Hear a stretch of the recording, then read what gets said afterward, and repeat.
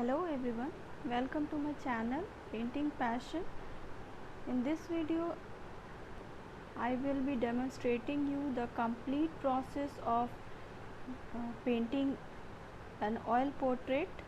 Previously I have decided to start this portrait in acrylic, but finally decided to complete this portrait in oil. So what are you waiting for? Let's get started. By the way, this is not the correct method.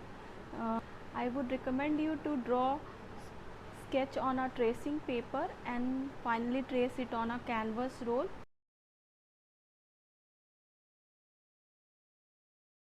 In my initial stages of painting, I will be using long handle stiff bristles brushes, and for detail work and blending process I will be using number 4 round brush of Brusto brand.